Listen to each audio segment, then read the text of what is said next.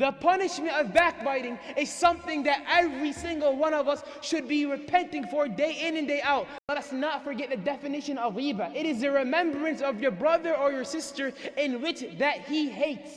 And the punishment of ghiba is severe. There's these two men sitting there and they're looking.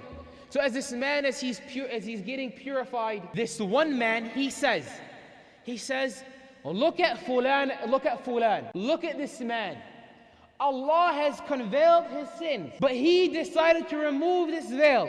Now he is being stoned like a himar or a dog, as the narrations say. This is what he says. The man doesn't lie, but he says something that the brother wouldn't have liked. And there was another man just sitting there, another man just standing there, not saying.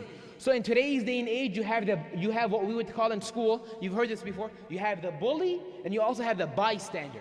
The bystander is the one who's not saying anything. But sometimes by you not saying anything, you are just as guilty. The Prophet sallallahu alaihi wasallam, he hears this. He hears this sallallahu, and he goes, Aina fulana wa fulan.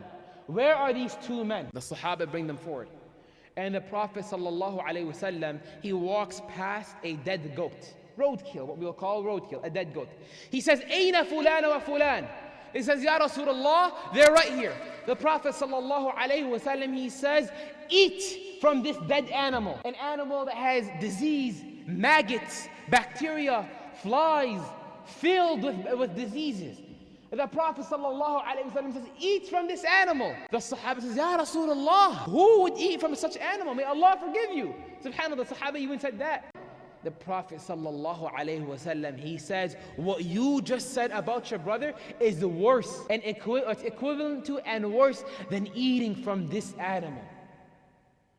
Brothers and sisters, this is what ghiba is. This is how severe ghiba is.